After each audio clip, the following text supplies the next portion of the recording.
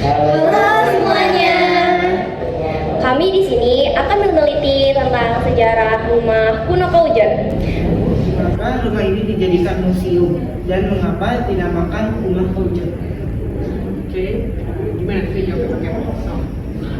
Kenapa rumah ini dijadikan museum? Karena dalam proses renovasi rumah yang sebelumnya di rumah tinggal keluarga, kami menemukan banyak sekali artefak-artefak yang dari zaman dulu yang kayaknya sayang kalau tidak dimanfaatkan dan tidak diketahui oleh masyarakat banyak, karena itu banyak mengandung pelajaran yang menurut saya berguna, seperti tadi buku masak yang telah dilihat ya, kemudian berbagai buku-buku lainnya juga gitu. Menurut saya itu salah satu cara kita untuk belajar banyak tentang masa lalu. Makanya saya berpikir ini kayaknya harus ditampilkan untuk museum. Saya kalau cuma disimpan di lemari. Iya, sama. Si Kak, Kakak bisa ceritain nggak asal mula atau asal usul dan sejarah berdirinya rumah kuno di Kaujon ini? Ya, sebenarnya kalau misalnya asal usul itu perlu penelitian lebih lanjut karena kita juga masih meneliti lebih lanjut kapan berdirinya, awal berdiri dari rumah budaya Kaujon ini. Namun sejak tahun 1915 rumah budaya Kaujon ini telah tercatat atau telah terdokumentasi telah berdiri. Bagaimana Prof. Isa Sindian saat itu lahir di rumah budaya Kaujon pada tahun 1915. Ini menandakan berarti pada 1915 sebelum itu juga rumah budaya Kaujon telah berdiri dan itu memerlukan tindakan lebih lanjut mungkin nanti penelitian kayaknya. Oke. Kak, artefak atau benda bersejarah apa aja yang masih tersimpan di rumah ini? Oke, di rumah budaya Kaujon ini tersimpan beberapa koleksi yang kiranya bisa menjadi bahan rujukan sejarah. Salah satunya adalah bagaimana ada sumber resep makanan pada saat itu, pada masa kolonial saat itu yang tercatat dan terdokumentasi dengan jelas di rumah budaya Kaujon. Nanti teman-teman bisa lihat. Lalu juga ada beberapa catatan keuangan, surat perintah jawatan kepala sekolah SGB Serang, itu bisa teman-teman lihat.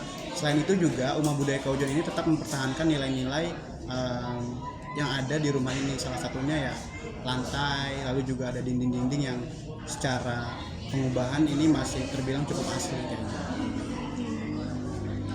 Terus menurut Kakak, apa makna atau fungsi artefak-artefak tersebut bagi kehidupan masyarakat Serang zaman dulu? Ya, sebenarnya di rumah budaya Kaujon ini teman-teman bisa mengambil nilai bagaimana ternyata beberapa tokoh besar ternyata lahir di Serang dan ini bisa menjadikan masyarakat Serang terlepas dari jiwa inferior supaya Serang bisa bangkit kembali dan Serang juga terkhusus pada anak muda bisa lebih concern terhadap pendidikan karena ternyata tokoh-tokoh yang pernah tinggal di rumah ini bisa sukses dan bisa menjadi hebat karena pendidikan yang mereka nyam. Ya, Kak. Bagaimana perubahan yang terlihat pada gaya hidup masyarakat Serang jika dibandingkan dengan masa saat rumah ini dibangun?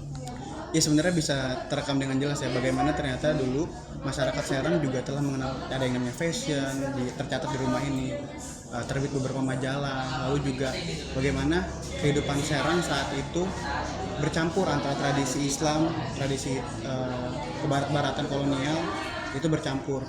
Bagaimana di buku resep masakan tadi, buku resep makanan tercatat bagaimana pribumi-pribumi ini menjadi pelayan masyarakat Belanda saat itu. Namun sekarang Serang masyarakat Serang lebih tumbuh, bagaimana ternyata masyarakat Serang hidup lebih modern dan juga tidak melepas nilai-nilai luhur budaya Serang itu sendiri gitu. Jadi perbedaannya cukup tampak jelas, namun juga ada beberapa nilai yang bisa kita ambil di dalam perjalanan Serang itu sendiri.